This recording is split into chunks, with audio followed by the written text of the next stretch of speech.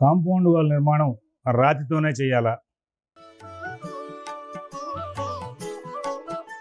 మీరు మన ప్రాచీన సంస్కృతికి సంబంధించినటువంటి నిర్మాణాలు, ప్రాచీన గృహాలు ఉన్నటువంటి ఈ సినిమాలో కూడా చూసినప్పుడు కూడా మీకు అర్థమవుతుంది. హద్దు అనేది అవసరం. ప్రహరీ అనేది కాంపౌండ్ వాల్ ప్రహరీ. ఈ ప్రహరీ అనేది మన స్థలం యొక్క హద్దులు చూపిస్తుంది. ఈ హద్దులు చూపించేసుకున్నాక ఆ హద్దుల్లో ఆగ్నేయం పెరిగింది, నైరుతి పెరిగింది, వాయువ్యం పెరిగింది, ఇట్లాంటివి ఏవైతే ఉన్నాయో వాటిని సరిచేసినటువంటి హద్దుల్ని నిర్మాణం ప్రారంభం చేస్తే మనకి విశేషంగా ఉంటుంది.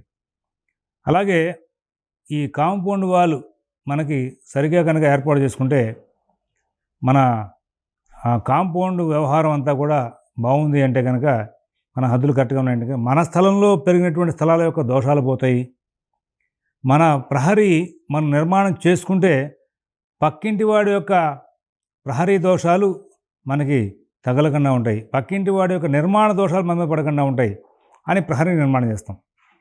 ఈ ప్రహరీ అనేది మీకు కుదిరితే రాతి గోడతో కట్టుకోవచ్చు మీకు శక్తి ఉంటే. లేకపోతే మరి ఈ ప్రహరీని 100కి 100% ఒక తడికి కట్టిన, ఒక బాబుడు వైర్ ఐరన్ ముళ్ళతో కట్టిన, ఫెన్సింగ్ వేసిన, తాటాకు తడికి కట్టిన, లేదు 4 కర్రలు పాతి ఒక తాడు కట్టిన, అదంతా ప్రహరీయే, ఏం అనుమానం లేదు. ఈ స్థలం కొంచెం వంపులు టెంపుల్గా ఉంటుంది. అన్నింటినీ కూడా మూల మూటాలు వేసి కట్ చేసాం.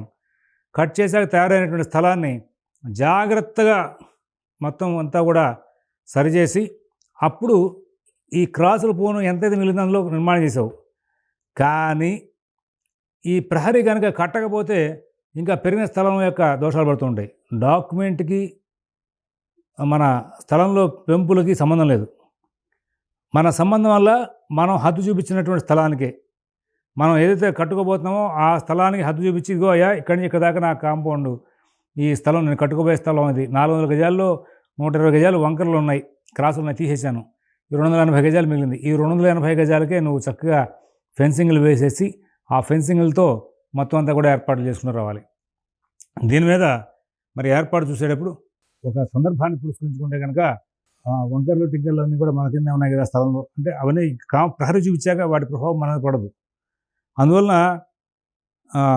ఈ ప్రహరీకి ఏ విధంగా కన్స్ట్రక్షన్ జరుగుతుండగా మరి అది కన్స్ట్రక్షన్ పూర్తయ్యేలోపుగా నీకు డబ్బులు మిగిలినాయి, శక్తి ఉందంటే ఫస్ట్ ప్రహరీ కూడా కట్టేసుకోవడం, అది రాతి కూడా కట్టుకోవడం అవుతాం, కట్టి గేట్లు పెట్టుకోలేకపోతే కర్రలు పాతి తాడు కట్టినా అది కూడా ప్రహరీ కింద లెక్క. 4 కర్రలు పాతి అడ్డకర్రలు 4 వేసి దానికి తాటాకులు కట్టేసామంటే అది కూడా ప్రహరీయే. అది నీకు స్థలానికి హద్దు చూపిస్తోంది కాబట్టి ఆ చూపించే హద్దు నీకు నిర్దేశం అవుతుంది కాబట్టి దాని ప్రభావం చూస్తుంది. రాతితోనే కట్టుకోవాల్సిన అవసరం లేదు. పూర్వం కొండరాయి చెక్కించి కట్టేవాళ్ళు, అది పోయింది, ఇప్పుడు ఇటుకరాయితో సిమెంట్ చేసుకుంటున్నారు. మార్పు రాలా? అలాగే పూర్వం ప్రాచీనం పాకలకి తర్వాత మళ్ళీ పెంకుటిళ్ళకి చుట్టూతో కర్రలు బాతి అడ్డకర్రలు వేసేసి వెదురుబద్దలు కట్టి దానికి మన తాటాకులు కట్టేవాళ్ళు, లేకపోతే వెదురుబద్దలు తడికలు కట్టేవాళ్ళు. అదే ఒక ప్రహరీగా చూపించేవాళ్ళు. అంతే అట్లాగే ఇప్పుడు కూడా వాటితో మనకి పూర్తవుతుంది. అంతేగాని రాతితోనే కట్టాల్సిన నియమం ఏం లేదు. అందువలన అంత గమనించుకోవాలి. ఏదో ఒక హద్దు చూపించడమే ప్రధానం.